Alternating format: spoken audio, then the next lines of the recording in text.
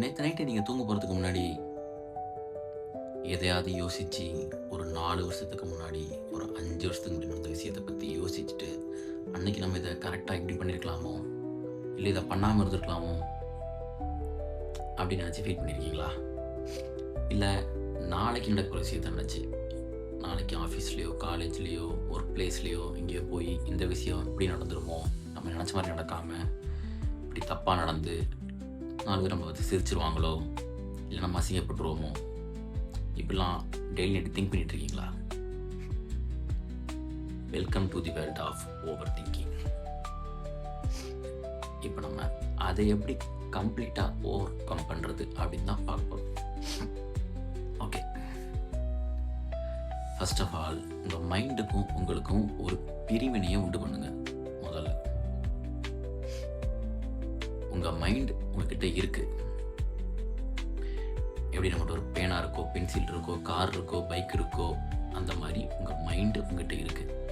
நீங்கள் தான் உங்கள் மைண்ட் அப்படின்னு கிடையாது. அதை முதல்ல செப்பரேட் பண்ணி பார்க்க பழகுங்க. உங்கள் மைண்டில் ஏதாவது ஒரு தாட் பேக்ரவுண்டில் ஓடிக்கிட்டு தான் இருக்கும். அது ஏதாவது சொல்லிட்டு தான் இருக்கும், பேசிக்கிட்டே இருக்கும் உங்ககிட்ட. எப்போ பார்த்தாலும் அது சொல்கிறத காது கொடுத்து கேட்டுட்டு இருக்காதீங்க. What is over thinking? Over thinking அப்படின்னா, இப்போ நாளைக்கு ஒரு விஷயம் பண்ண போகிறோம் அப்படின்னா அதை பற்றி யோசிக்கிறது தப்பு இல்லை. ஜஸ்ட் அதை எப்படி பண்ணலாம் அப்படின்னு யோசிக்கிறது அது பிளானிங்.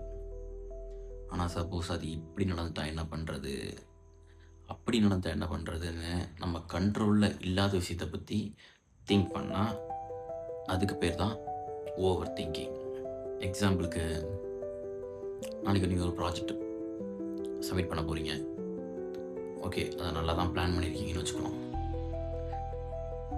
பட் அது சப்மிட் பண்ணும்போது அது மிஸ் ஆயிடுச்சுன்னா என்ன பண்ணுறது, மேனேஜர் திட்டாரா என்ன பண்ணுறது அப்படின்னு ஃப்யூச்சரை பற்றி கவலைப்பட்டு ரொம்ப யோசிச்சுட்டு இருந்தீங்கன்னா நீங்கள் ஒரு நெகட்டிவ் லூப்புக்குள்ளே மாட்டிக்கிறீங்க. அது உங்களை ரொம்ப டிஸ்டர்ப் பண்ணும், உங்களோட டிப்ரெஷனில் தங்கும், உங்களை ஸ்ட்ரெஸ் ஆக்கும், உங்களை ஆன்சியஸாக ஃபீல் பண்ண வைக்கும். ஓவர் திங்கிங்கில் 2 ப்ராப்ளம் இருக்குது. ஒன்று பாஸ்ட் ரூமினேஷன், கடந்த கால நினைவுகள் நினச்சி வருத்தப்படுறது. கடந்த காலத்தில் மாட்டிக்கிட்டு அதை இப்படி பண்ணியிருக்கலாம் அப்படி பண்ணியிருக்கலாம் யோசித்து யோசித்து யோசித்து தன்னைத்தானே கஷ்டப்படுத்திக்கிறது. ஆக்சுவலாக ஒரு திங்க் உண்டு, என்னென்னா பாஸ்ட்டில் நீங்கள் அந்த நிகழ்வு நடக்கும்போது பட்ட கஷ்டத்தை விட அதை நினச்சி இப்போ வரைக்கும் இன்னும் அதை விட அதிகமாக கஷ்டப்பட்டுருக்கீங்க. சொல்லப்போனால் உங்களை நீங்களே தண்டிச்சுட்டு இருக்கீங்க, உங்களை நீங்களே பனிஷ் பண்ணிட்டு இருக்கீங்க.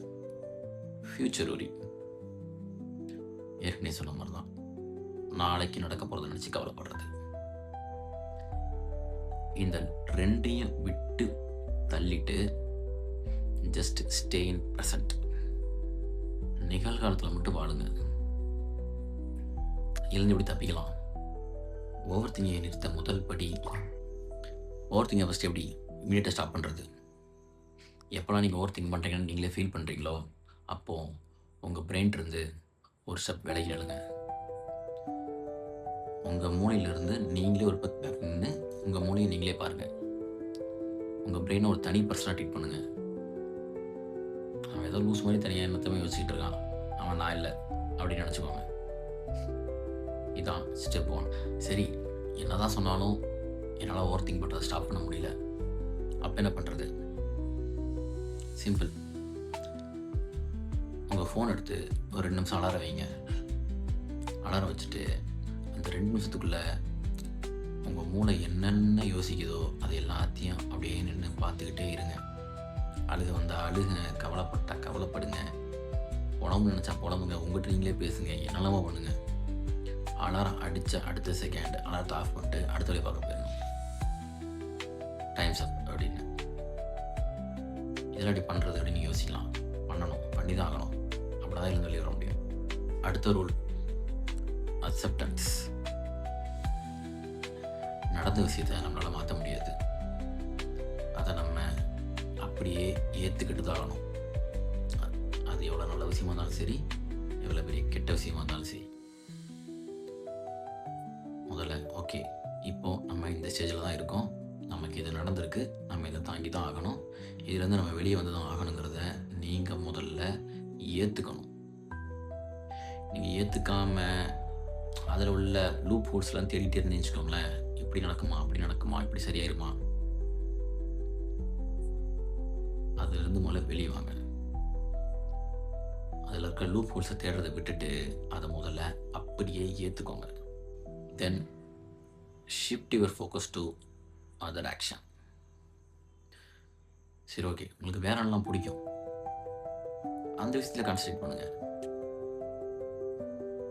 மியூசிக் கேட்க தோணுச்சா போய் மியூசிக் கேளுங்க, மூவி பார்க்க தோணுதா போய் மூவி பாருங்கள், ஃப்ரெண்ட்ஸோட வெளியே போய் பேசுங்க, என்னமோ பண்ணுங்கள்.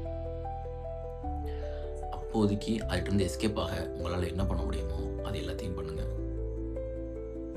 ஓவர் திங்கிங்க உங்களுக்கு ஒரு பிடிக்காத ஒரு ஆள் மாதிரி ட்ரீட் பண்ணுங்கள்.